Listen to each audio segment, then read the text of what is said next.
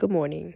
Today we'll dive into the functional capacity evaluation of Pete Myers, a 48-year-old forklift driver recovering from a left olecranon fracture and managing chronic knee osteoarthritis. Over the next 10 minutes, we'll explore his job demands, assessment findings, and tailor recommendations to ensure a safe return to work. Let's begin. Pete Myers is a 48-year-old warehouse worker with over 20 years of experience. He supervises a small team and helps distribute building materials for suppliers like Bunnings. 12 weeks ago, he fractured his left elbow climbing into a forklift, requiring surgery. He now has limited elbow flexion of 25 to 90 degrees, reduced forearm rotation, and grip pain. He also has chronic right knee osteoarthritis and newly diagnosed hypertension, further complicating his recovery. Pete's role requires 5 key physical demands. Firstly, forklift operation, which may involve prolonged sitting with left arm steering and lever gripping. Secondly, manual load shifting, which may require frequent 8 kilo lifts and carries. Third, pallet stacking, which may involve waist to shoulder lifts and kneeling. Fourth, high shelf checks, which may involve ladder climbing and overhead reaching. Fifth, stair climbing, which may involve up to 40 stairs climbing multiple times daily to access his office. Each task is impacted by his left elbow fracture and right knee osteoarthritis, creating specific functional limitations, which we'll address as we'll see in the assessment data. Pete's current health and injury status involves a work-related injury, which was a left olecranon fracture, which occurred 12 weeks ago whilst at work and while he's climbing into his forklift. He then underwent an ORIF surgery, and he now shows limited elbow range of motion and a 50% reduced forearm rotation, which has directly impacted his gripping and lifting. Pete has a pre-existing injury of right knee osteoarthritis. Though non-work related, it is exacerbated by job demands and is currently managed by modified duties at work. He also has hypertension, which is newly diagnosed and requires monitoring during physical tasks. Pete's current medications include BP lowering medication and a PRN, which is paracetamol for pain. The above assessments were chosen due to their clinical reasoning and their direct ability to target Pete's job demands, such as the elbow and wrist range of motion for forklift operation, grip strength for pallet handling, and functional lifts for stock stacking. The push-pull test evaluate loading tasks, and we incorporated a Borg exertion scoring along with BP monitoring and a VAS pain scale to safely gauge his cardiovascular and pain limits during these work-related activities. This is important, particularly because of the fact that Pete's hypertension and his recent surgery, these metrics are critical in his BP spiking, along with the pain scale due to his current pain he experiences with his gripping, and Borg scales to see his level of exertion. A goniometer assessment was conducted to evaluate Pete's upper and lower limb range of motion, with a focus on his left elbow, wrist, and forearm following his recent fracture and surgery. After gaining informed consent, we explained the purpose of the assessment, which was to monitor joint mobility, track his rehab progress, and inform a return to work plan. So the next measurement that we're going to do today will be just to check how far up you can raise your hand from when it's facing down and see how close you can get up to your body. So as you can see, my hand is facing all the way down with my palm facing forwards. This is extended as much as I can, and then I'm just going to bring it up as close as I can to my chest whilst keeping it straight. Yep. So if you have any questions, just let me know. Alright. So is your hand extended as far down as you can? Alright. Is it okay if I put this on you? Alright. Cool. So I'll put this around your humerus. Alright. So when you're ready, I'm just gonna ask you if you could raise your left arm as close as you can to your chest and whilst keeping it close to your body.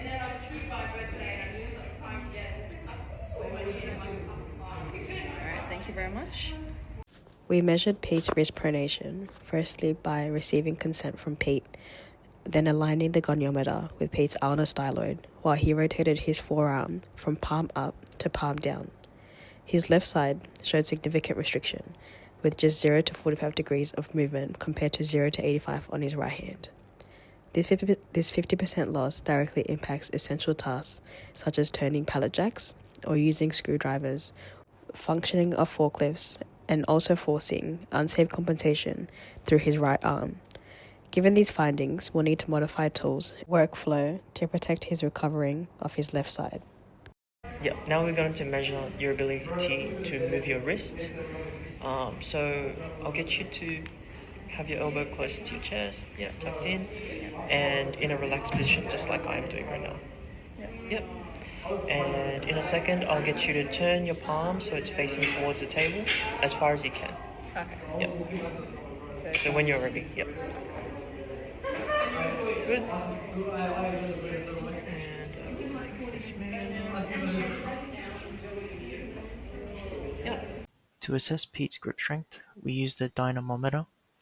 He was instructed to squeeze the instrument with maximum force for a few seconds and then relax.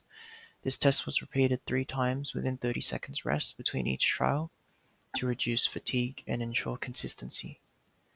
Following the 3rd repetition, we asked Pete whether he experienced any pain or discomfort during the assessment, which is important for monitoring symptoms response and guiding the load progression. So this device that we have here is called a dynamometer. This evaluates the strength in your hand, or just does a test of the strength in your hand. So I'm going to show you an example of how to use it.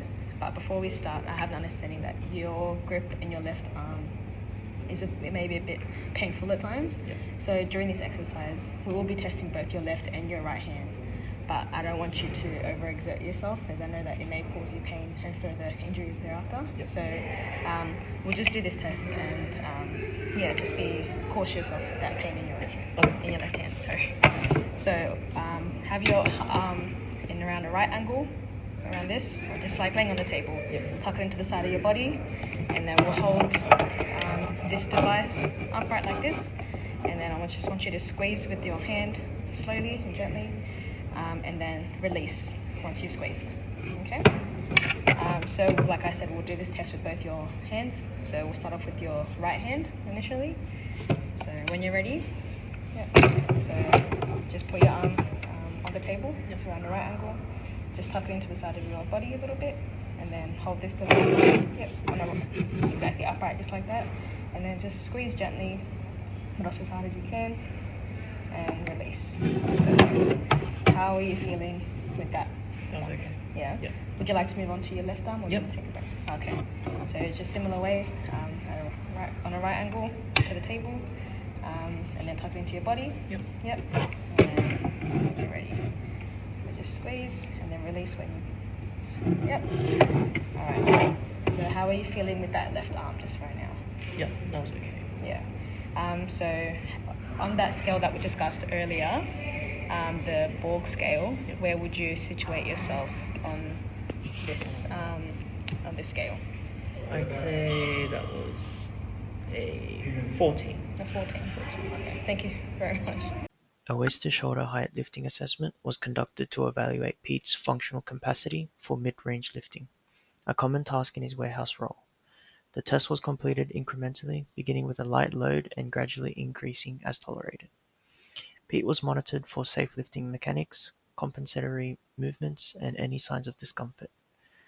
Between each attempt, he was given adequate rest to prevent fatigue and allow for pain monitoring. Just on the side.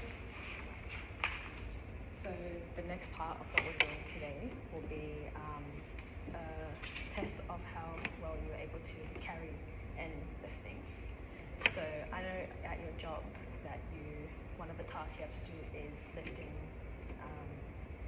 crates and putting them onto the shelves. Is that right? Okay. And I necessarily have a bit of pain as well sometimes when you're lifting. I understand from what you mentioned earlier that you've been able to lift up to around 8 kilos. Is that accurate? Okay. So I'll just give you an example first of all how I want you to do this with me. So as you can see, my legs are legs width apart. Yeah. So I'm going to first start off with just 2.5 kilos, just to start off. Yep. I just want you to lift it using your 2 hands. I know that one of your hands your left hand, I think, has a little bit less grip. So if you have any trouble with it, just let me know and we can put it down and go from there. So just gotta lift it up and then raise it up, just like that. So that's just me doing it one time. We'll do it 2 more times like this. Try to get it up to your shoulder height. Yep. And then number 3. And then when you're done, just place it there and we'll go from there. Okay? So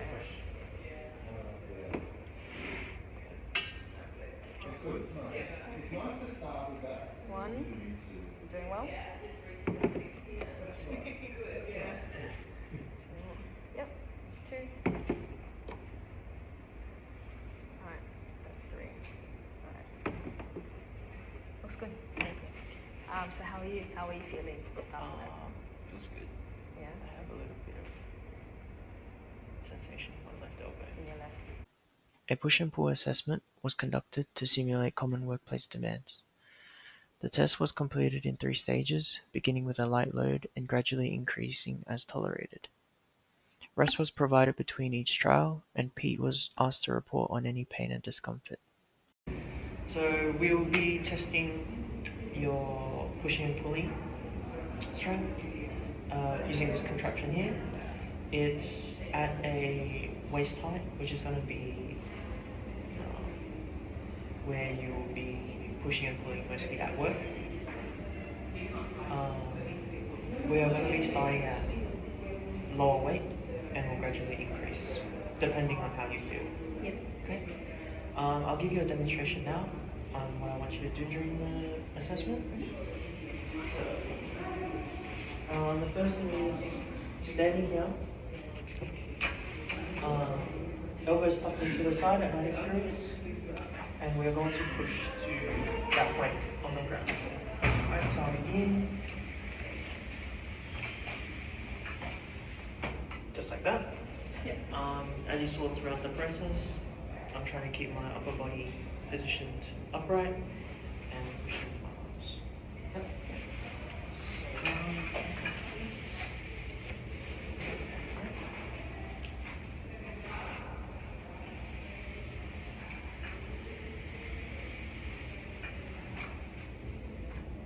Okay.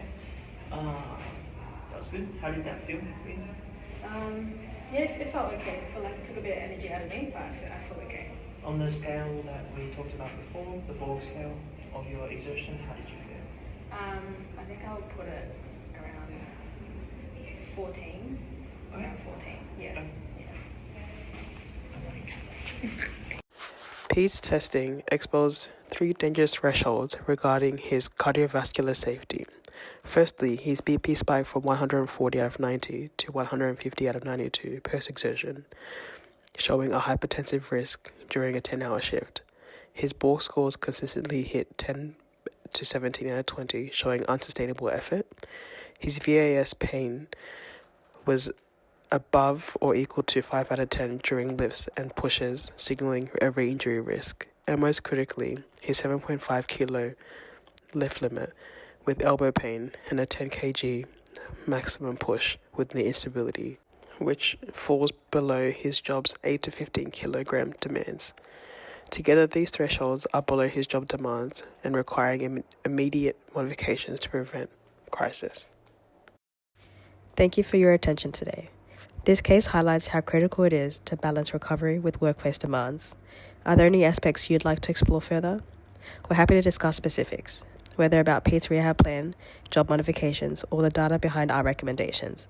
Let's collaborate to ensure his safe return to work. Enjoy the rest of your day.